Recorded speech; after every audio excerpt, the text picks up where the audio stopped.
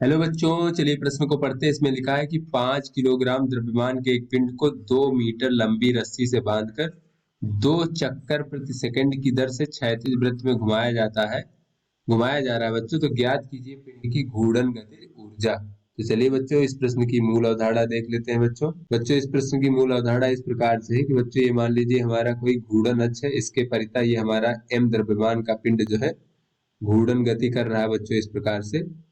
और बच्चों मान लीजिए ये ओमेगा कोणीय वेग से घूर्णन गति कर रहा है बच्चों, तथा इस पिंड की इस घूर्णन अक्ष से लंबवत दूरी बच्चों अगर r हो तो इस पिंड का इस घूर्णन अक्ष के परितः जड़त्व आघूर्ण कितना हो जाएगा बच्चों। तो बच्चों इसका जड़त्व आघूर्ण I बराबर हो जाएगा द्रव्यमान m तथा बच्चों घूर्णन अक्ष से लंबवत दूरी r का वर्ग।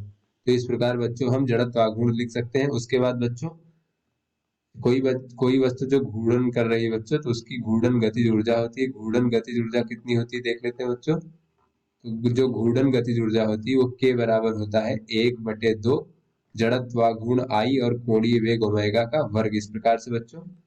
और बच्चों घूर्णन करते हुए वस्तु की आवृत्ति क्या होती है बच्चों। आवृत्ति होती है कि 1 सेकंड में कितने चक्कर लगा रहा है बच्चों। तो ये आवृत्ति बराबर होता है कोणीय वेग ओमेगा भागे 2 पाई। तो चलिए बच्चों अपने प्रश्न को हल करते हैं। बच्चों इस प्रश्न में कहा जा रहा है कि एक हमारा 2 मीटर लंबी रस्सी है बच्चों। इस प्रकार से एक रस्सी है जिसकी लंबाई 2 मीटर है बच्चों, और इस रस्सी से एक पिंड को बांध कर बच्चों क्षैतिज वृत्त में इस प्रकार से बच्चों क्षैतिज वृत्त में घुमाया जाता है। बच्चों ये यहाँ पर घूर्णन गति कर रहा है। तो बच्चों इसकी घूर्णन अक्ष क्या होगी बच्चों। रस्सी के दूसरे सिरे से होकर जाने वाली बच्चों एक ऊर्ध्वाधर अक्ष होगा जो हमारा बच्चों घूर्णन अक्ष होगा।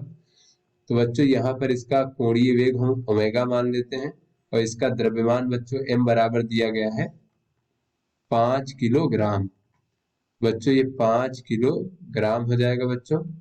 और बच्चों इस पिंड की जो है घूर्णन अक्ष से लंबवत दूरी जो होगी इस रस्सी की लंबाई के बराबर होगी। तो बच्चों r बराबर हम 2 मीटर मान लेते हैं। तो बच्चों यहाँ से अगर इसका हम जड़त्व आघूर्ण देखें कितना है बच्चों, तो इसका जड़त्व आघूर्ण बच्चों हो जाएगा I बराबर m r का वर्ग।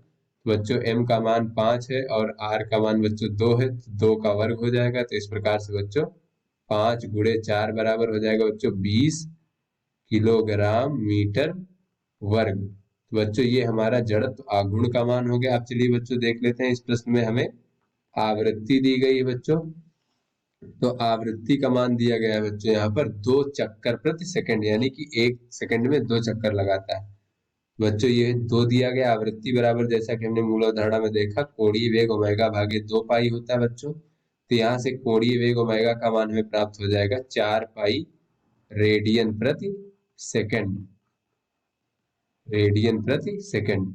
तो बच्चों अब चलिए देख लेते हैं कि इस प्रश्न में पूछा गया है कि पिंड की घूर्णन गतिज ऊर्जा कितनी होगी। तो चलिए बच्चों घूर्णन गतिज ऊर्जा ज्ञात कर लेते हैं।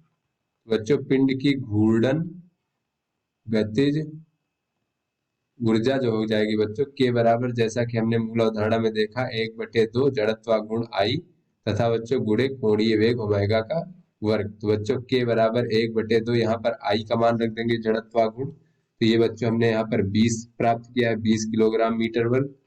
उसके बाद बच्चों ओमेगा कोणीय वेग का मान देख लें, तो बच्चों ये 4 पाई रेडियन प्रति सेकंड है। तो यहाँ बच्चों रख देंगे 4 पाई का वर्ग। तो इस प्रकार से बच्चों ये घूर्णन गतिज ऊर्जा हो जाएगी, ये बच्चों 2 और 10 हो जाएगा इस प्रकार से। तो ये हो जाएगा बच्चों 10 और गुणे बच्चों 4 चौक 16 पाई का वर्ग। बच्चों यहाँ से अगर हम पाई का मान रख दे तो हो जाएगा 10 गुणे 16 गुणे 3.14 का वर्ग।